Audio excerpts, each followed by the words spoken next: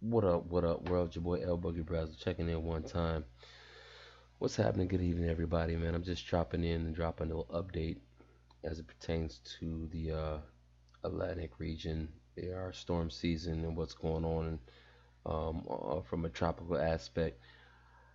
Again, this is a hobby of mine. I am not an expert. I tend to take a lot of interest in weather systems, how they operate, and specifically hurricane season because not only do I live in Florida, but my part of my occupation pertains to disaster response, so I like to stay ahead of these storms.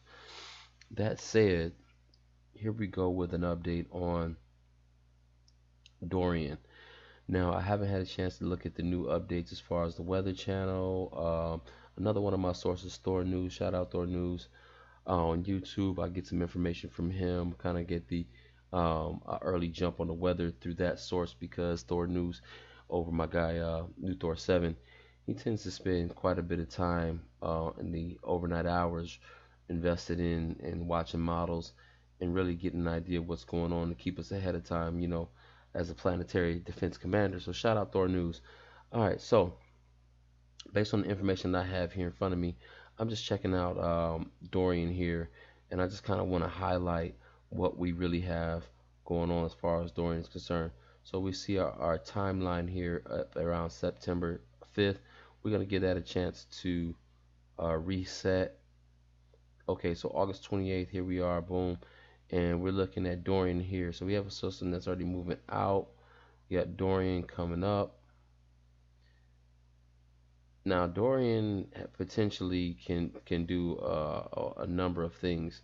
It could potentially die down or lessen in strength as it goes through the island region here near Puerto Rico and Dominican Republic because of the landscape, terrain, and whatnot. It potentially could be slowed up based on the models that I'm looking at. it, I don't see that happening because now the GFS, which didn't show a storm at all before, is now on board. The track has shifted slightly to the east, it looks like, but I still would be cautious in Florida just because it is going to be right off the coast. Um, Previously, it looked like it may move over the coast, but at this point, it looks like it may hit us with the flyby, and bounce out. Um, Even if it does and it continues to do this bounce out, roll out off the coast, we still have to be conscious because here we are, the 29th. All right, watch that storm come through. But as we watch off the coast of Africa, we have to understand this is going into peak hurricane season. So if you look at our Azores high over here, which I did a video about previously, you'll see how far north that is and how little influence it has. It even let this low come up and squeeze in here. When this high pressure system lets up, it lets a lot of activity out from the coast of Africa. You see these storms just rolling in? This one here is another potential that could hit us. One, two, three, another one coming off four. So this pattern has been consistent throughout all of hurricane season, except for this high pressure feature, which tends to keep all these storms at bay down here, cutting off this path that we have to the United States from Africa. And if you look at the storm paths, there's been plenty of storms popping up over in the Eastern Pacific off the coast of Mexico, and you'll see how a lot of these storms are continuing to come off Africa. Same storm, same pattern, but with this high shifted northeast, and a slightly weaker, having less effect on these storms. I believe that if that pattern stays consistent, then the storms that we see coming off the coast of Africa between now and November, mind you, if this high stays out of play, can continue to see wave after wave, consistent low pressure systems rolling off. And you still can't take away from the fact that the waters around Florida in the Gulf are primed for are full of warm water, and pretty much are primed for hurricane activity. Also consider as Dorian moves through the Puerto Rican Dominican Republic region, although there are some features there that could lessen it in strength, as it gets past that Caribbean region, it starts to get into more favorable waters. So at this point, like I said, I haven't gotten an update from Weather Channel. I would say 80% chance of it hitting Florida. Anything can happen in this region, causing it to break down. Wind shear, dust. And when I say dust, I mean dust off the coast of Africa can impede the formation of a tropical system. So yes, a wind shear, dust, and water temperature. Now, all these things are diminished as it gets into these Florida coastal waters. But watch as the uh, the pressure reading goes down, and that's measured in millibars, if I'm not mistaken. And as it gets over here to Florida, you can just watch it drop. So you can expect there to be some fluctuation between 1,000 and then maybe 980 here, 970, 960. It's gonna sit in these waters for several days, 3 days, 4 days, 5 days. It's gonna slow down, I believe, as it gets into these waters and has an opportunity to strengthen and to intensify. Um, it's really difficult to get a good fix on a storm this far out. We're gonna look at another uh, model here and see what it's talking about. See if we're pushing any of the same features. The time frame is a little shorter, but let's see what we get when we run it.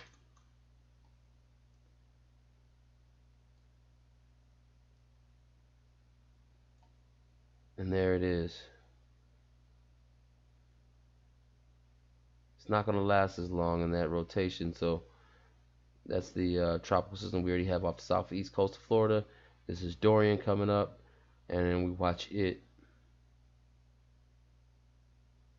intensify. So the models are looking like it will intensify. Um, I am getting familiar still with this particular software as far as getting this information out to you guys. So I'm going to continue to watch how these patterns go. Now we're looking at the icon. It is also showing now. Look at the path on the icon. It starts to look a little different here. We'll wait for that to refresh. And so watch it now.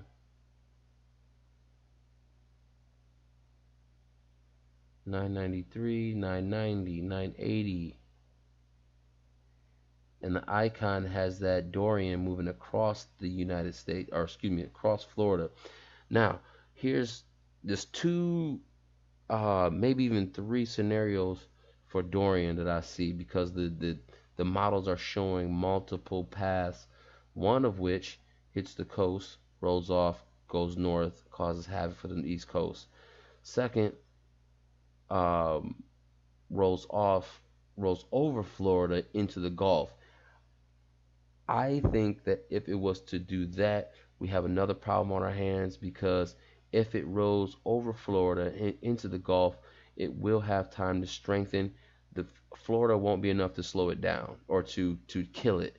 It may slow it down a bit, but after it gets back over into open waters, it does have the potential to jump back up. At that point, anywhere from Texas to the Panhandle is fair game. So let's be aware of that. So we really do have to watch this track. It is rather difficult to pinpoint a location. Look at that. See that storm system pop up? Wait for it. As Dorian gets closer, watch the pressure change. There's a low that pops up right here. And it's right there. If this system gets into this system, let's just stay on standby. I don't want to be a kind of fear monger, get people worked up, cry sheep and all that, or excuse me, cry wolf and all that. But I do want to make you guys aware just to keep an eye on things. This is just my way of relaying this kind of information to you guys. We're gonna look at a couple other models just while we getting down. Let's go to the Windy app. Windy's pretty good as well. Really gets a different type of viewpoint from what's going on.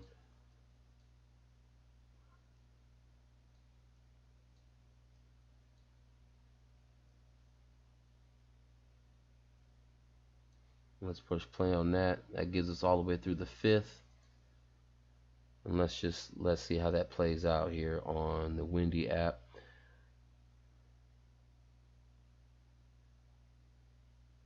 As it's here at the 28th. You see Dorian here getting ready to come in contact with the Dominican Republic and Puerto Rico. Let's just watch it pan out and kind of see what Windy has for us as you watch it go day by day. Even after it passes Puerto Rico, the amount of days and time that this system has to sit in these waters where it gets warmer and warmer.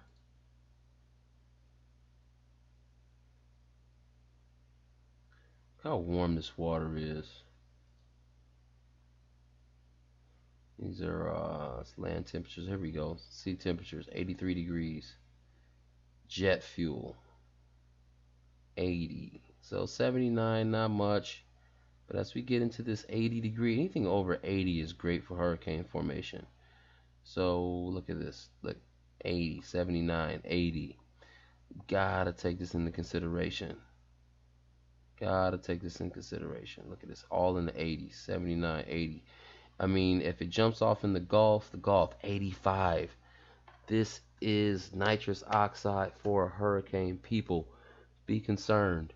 My main thing is we can't stop this. We live in Florida. You live off the coast. This is something that we have to interact with and go through. So by watching the news and listening to individuals like me who are weather enthusiasts, it really doesn't help much in the sense of getting out of the situation unless you leave the region.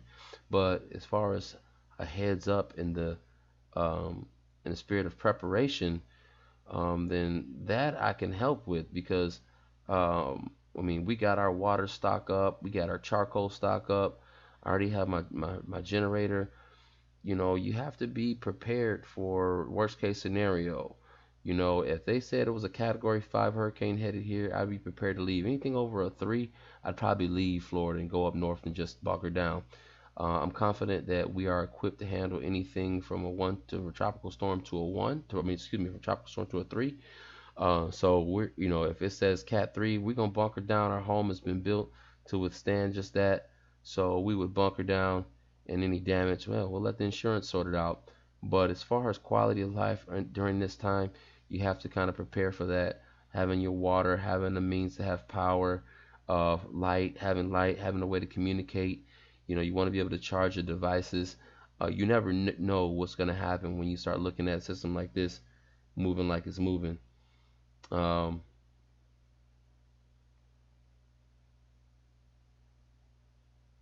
So again, here we are on Thursday the 29th.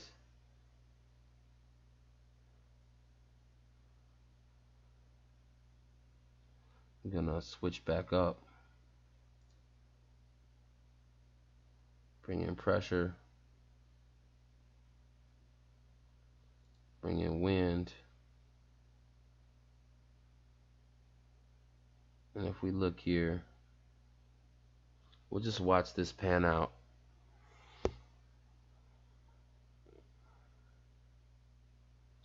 Gonna move a little head here, Saturday, and it looks like it will thread the needle because of the terrain and the landscape of the Dominican Republic.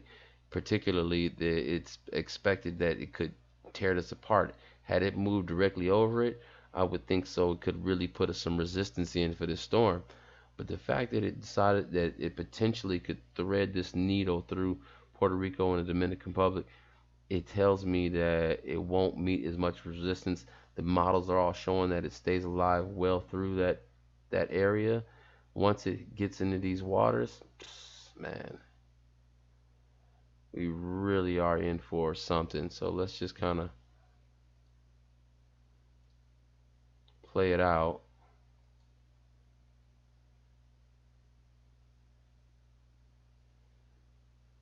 All right, so here we go, going into Sunday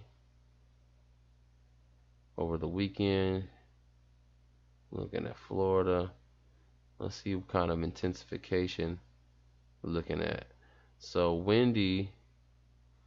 Right now we're using the ECM as our model, and it's showing Dorian making landfall at Florida on Sunday. Now, mind you, Orlando is right here. So you can imagine how that will affect us. I mean, that shows it right on our doorstep. All right, so let's move a little forward now. Boom, it's Sunday. So will it roll off the coast or will it cross over us? The $20 million question. Now, Wendy shows it rolling over us into the Gulf. Let's get an idea what it does in the Gulf. If it stays away from land long enough, it could continue to grow in these waters. Why? Because of this right here. 81 degrees.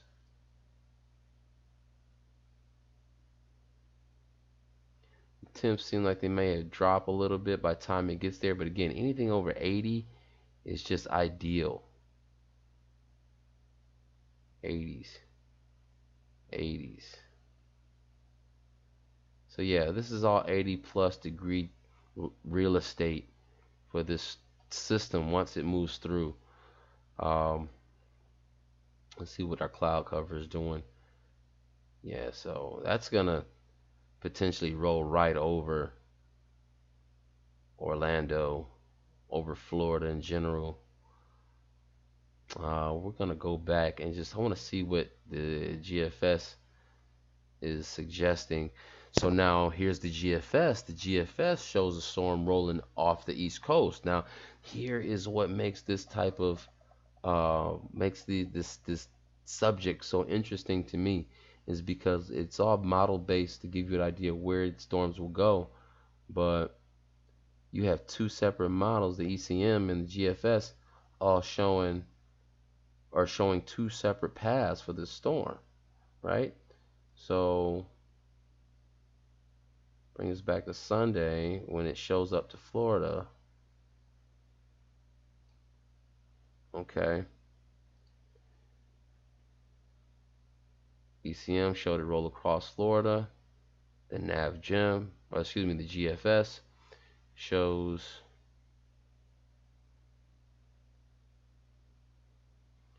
a more northernly path, northwesternly path, northwest, but more north. And then as it gets to land, it starts to hook northeast. Let's see what the GFS is saying. Now, at this point, it's still interacting with Florida.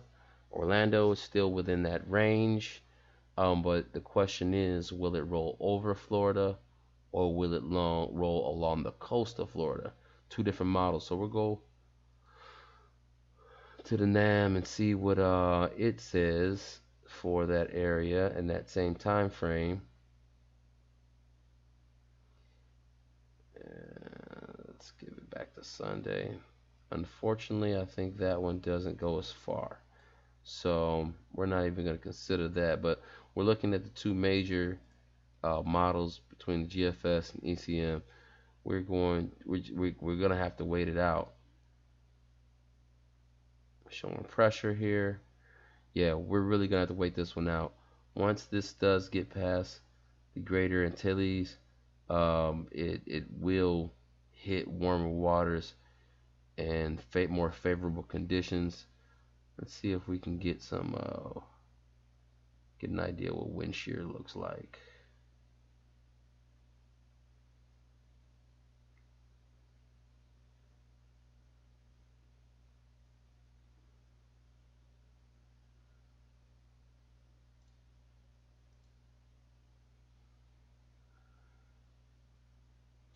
It's not showing me shear, but gust and wind. So yeah, we'll look at wind here. This is lightning strikes here. Let's look at wind. Pull back out here a little bit.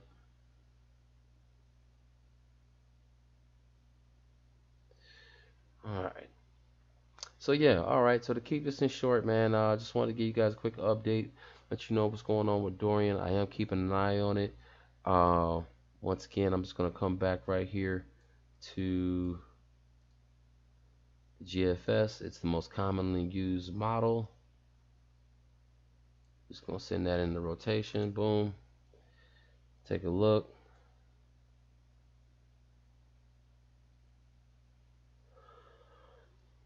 Again, GFS shows it moving up the coast, east coast, moving east, back out to the ocean. But keep an eye on these waves coming off of Africa still. We are not out yet. Okay, so that's GFS. Let's just go back into the nav gem. Just want to get some final looks before we go, just to show you the difference between what these two models are talking about. Here's another one. Look, here's that low pressure in the Gulf. That is also going to be a factor that could roll into a bigger storm. Just a heads up on that. I believe the nav gem still shows Dorian pulling over Florida. I'm going to speed it up a little bit. Nav gem stops there, but we do know that it does show it on the previous model that it showed it rolling over Florida. Here it is. Even there, it doesn't look like it's going to take that turn. We're going to look at one more real quick. We'll go to the legacy. Legacy is showing. Again, I'm going to speed it up a little bit just to keep. Okay, so legacy also showing. Look at that. On into 928. When you see that black in the core, that's a problem. That's a problem. 50, 950, 40, 27. Look at that. Look at that dropping down. It might even drop lower than 920. How about that? All right, and one more last look. We're going to come over to ECM. Let's see what it's talking about. ECM shows it roll right over Florida. Now watch that. Look at that. Now see, I didn't see this before. I'm going to slow that down just for this sake. Roll over Florida, up into the Gulf, back into the United States, and then back out. Man, we got to watch this Dorian. It's going to be something. So that's it for now, you guys. I'm going to check on out. We're going to keep an eye on young Dorian over here. See what he turns into. But right now, it's definitely looking like he'll be something.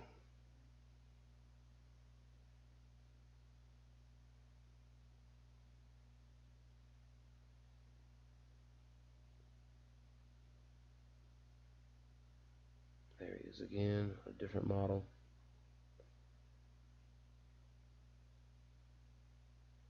And that shows it coming in at southeast Florida and rolling over. So multiple models showing Florida definitely involved with Dorian, but showing slightly different variances in where it can go. Off the East Coast, cross straight over into the Gulf, form again, go back into the United States. But this region here for Dorian, we are on a high alert at this point, providing that it survives through the Dominican Republic and Puerto Rico over the weekend, or over the next couple days. Actually, should be there within a day or so. So yeah, so just once again, guys, try to keep your head on the swivel, keep your eyes on the sky, get your supplies up, make sure you're squared away. If nothing happens, all right, you got a plethora of plenty You have plenty of supplies for whenever you need them, or you just got plenty of water and whenever you need. So nothing wrong with that. But I'd rather see you guys have the stuff and not need it than need it and not have it. So again, keep let's keep our ears and eyes open. Pay attention to the Weather Channel. If they say evacuate, it's probably a good idea to do so. If you are not prepared, if you feel like you are prepared, being this far in Orlando or into Central Florida, we have the benefit of land all around us. So, flooding is more localized versus coastal. We don't have that much, that same effect or uh, um, result from storm surge and things of that nature as they would on the East Coast with this storm. But we still have to be prepared for downpours of rain, especially if it decides to roll over us versus along the East Coast. So all of this is still on the table. So every day we have to watch it. The hurricane hunters, they get out there. I think it's Air Reserve. They get out there and they go and fly through these storm systems to kind of evaluate them. But from my seat, this is what I'm looking at. So I'm encouraging you guys to just kind of keep your eyes open. And that's it from now. I'm out of here. Take it easy. One.